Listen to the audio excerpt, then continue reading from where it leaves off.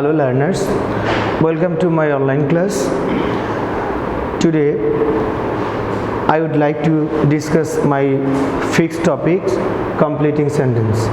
You know, in my previous classes I discussed conditional sentence, especially completing sentence. Now I am going to take online class on completing sentence of conditional sentence. তোমরা বোর্ডের উপর দেখতে পাচ্ছ যে আমি এখানে কিছু অংশ লিখে রেখেছি যাতে সহজে তোমরা বুঝতে পারো। বেসিক্যালি আজকে যে আলোচনাটা completing sentence of conditional sentence, এটা আজকে ক্লাস আমার 3। এর আগের দুইটা ক্লাসে আমরা কমপ্লিটিং সেন্টেন্স সংক্রান্ত আলোচনা করেছি। তাই ইফ যুক্ত সেন্টেন্সকেই মূলত কন্ডিশনাল সেন্টেন্স বলা হয়, কারণ ইফ যুক্ত দুটি ক্লজ থাকে। কয়টা ক্লজ থাকে? দুটি ক্লজ থাকে। এক, ইফের অংশ, দুই, ইফের দ্বিতীয় অংশ। এখানে আমরা একটা এক্সাম্পল তুলে রেখেছি, দেখতে পারো। If you love me I will love you. যেহেতু আমি আগেই বলেছি ইফ যুক্ত দুটি ক্লজ থাকে বা দুটি সেন্টেন্স থাকে, এক হলো ইফের অংশ, দ্বিতীয়টা হলো দ্বিতীয় অংশ বলা হয়ে থাকে। এটা হয়তো আগে পরে যেতে পারে, ইফটা পরে যেতে পারে এবং পরের অংশটা আগে আসতে পারে। সেই জন্য যেহেতু কন্ডিশনাল সেন্টেন্স আলোচনা করব, আর সেক্ষেত্রে কন্ডিশনাল সেন্টেন্স হলো 3 প্রকার। কত প্রকার? 3 প্রকার। এক, first conditional sentence, second conditional sentence, third conditional sentence. Dear learners, তোমরা দেখতেই পাচ্ছ যে আজকের আলোচনার বিষয় হলো কন্ডিশনাল সেন্টেন্সের উপরে মূলত কমপ্লিটিং সেন্টেন্স তৈরি করা। কি করে আমরা 3টা কন্ডিশনাল সেন্টেন্সকে আমরা কমপ্লিটিং সেন্টেন্স করতে পারি। আমরা যদি রুলসে আসি, তাহলে প্রথম যে আলোচনাটা করব সেটা হলো first conditional sentence. I mean এটা ক্লাস 3 যেহেতু, ইফ কমা এবং এটা হলো তার দ্বিতীয় অংশ। যদি এটাকে আমরা ফার্স্ট কন্ডিশনাল সেন্টেন্স ধরে থাকি, first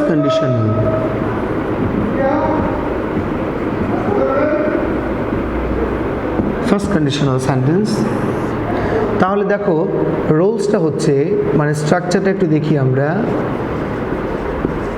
structure, if plus present indefinite, present indefinite. অবশ্যই এই বাক্যটা শেষ হবে। দ্বিতীয় সেন্টেন্সটা আমরা এখানে তৈরি করব। দ্বিতীয় সেন্টেন্সটার ক্ষেত্রে আমরা কি দিব? একটা সাবজেক্ট দিব, প্লাস শ্যাল, কমা উইল অথবা ক্যান বা মে, প্লাস সঙ্গতিপূর্ণ ভার্বের প্রেজেন্ট ফর্ম, সঙ্গতিপূর্ণ ভার্ব এর প্রেজেন্ট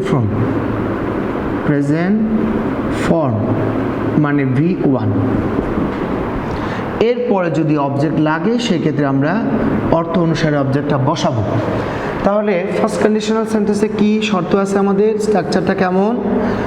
ইফের অংশ প্রেজেন্ট ইনডিফিনিট টেন্স হলে দ্বিতীয় অংশ তৈরি করার ক্ষেত্রে আমরা শ্যাল অথবা উইল অথবা ক্যান অথবা মে, এরপরে একটা ভার্বের প্রেজেন্ট ফর্ম দেব। অবশ্যই সঙ্গতিপূর্ণ ভার্বের প্রেজেন্ট ফর্ম ব্যবহার করব।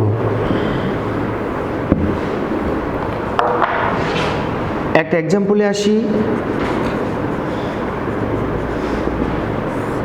দেখো, ফার্স্ট কন্ডিশনালের শর্ত অনুসারে ইফ ইউ কাম ড্যাশ, এইটুকু আমাকে ফিল আপ করতে হবে। মনে রাখতে হবে যে ইফের অংশটা কোন টেন্স আছে সেই টেন্সের উপর ভিত্তি করে আমরা এবং এই সেন্টেন্সের স্ট্রাকচার অনুসারে এখানে আমরা একটা সেন্টেন্স তৈরি করব। যেহেতু দেখতে পাচ্ছি ইফের অংশ প্রেজেন্ট ইনডিফিনিট টেন্স, তাই দ্বিতীয় অংশ তৈরি করতে গেলে আমাকে এই গঠনটা এনে বসাতে হবে। এবং অর্থ ঠিক রাখতে হবে। ইফ ইউ কাম, তারপরে আমরা এখানে অবশ্যই একটা সাবজেক্ট দিব, আই উইল অথবা ক্যান মে গো। দেখো ইফের অংশ প্রেজেন্ট ইনডিফিনিট টেন্স হওয়ার কারণে পরের অংশ তৈরি করার ক্ষেত্রে আমরা সাবজেক্ট দিয়েছি, শ্যাল উইল বসিয়েছি অথবা ক্যান মে। আরেকটা উদাহরণে আসি, if you give me a pen, এইখানে অংশটা আমরা ফিল আপ করবো। কি করে আমরা পরের স্ট্রাকচারটা বসাবো, কোন শর্ত অনুসারে? যেহেতু ইফের অংশ প্রেজেন্ট ইনডিফিনিট টেন্স আছে, সেই অনুসারে এই স্ট্রাকচারটা এনে বসাবো। তার মানে আমাকে একটা সাবজেক্ট দিতে হবে, এটার অর্থ অনুসারে এখানে আমি একটা সাবজেক্ট বসাবো। If you give me a pen, যদি তুমি আমাকে একটা কলম দাও, I will be pleased with you, আমি তোমার প্রতি কৃতজ্ঞ থাকব। তার মানে দেখো সাবজেক্ট দিয়েছি, শ্যাল উইল দিয়েছি, ভার্বের প্রেজেন্ট ফর্ম দিয়েছি, তারপরে বাকি অংশ। আই মিন এটা হলো ফার্স্ট কন্ডিশনাল সেন্টেন্স। পরীক্ষায় আমার এমনও আসতে পারে যে আমার প্রথম অংশ দেওয়া আছে, ইফের অংশ ফিল আপ করতে হবে।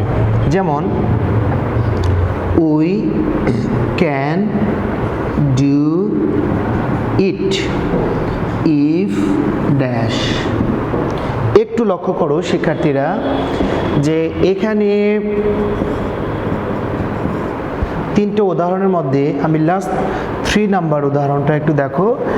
এখানে ইফ মাঝখানে, তার মানে এটা হলো ইফের অংশ, এটা হলো ইফের দ্বিতীয় অংশ। যেহেতু ইফের দ্বিতীয় অংশ এই স্ট্রাকচারে আছে, অবশ্যই আমাকে ইফের অংশ এই স্ট্রাকচারে তৈরি করতে হবে।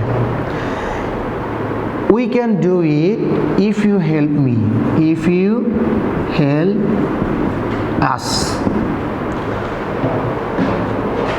আমরা এটা করতে পারি যদি তুমি আমাদেরকে হেল্প করো।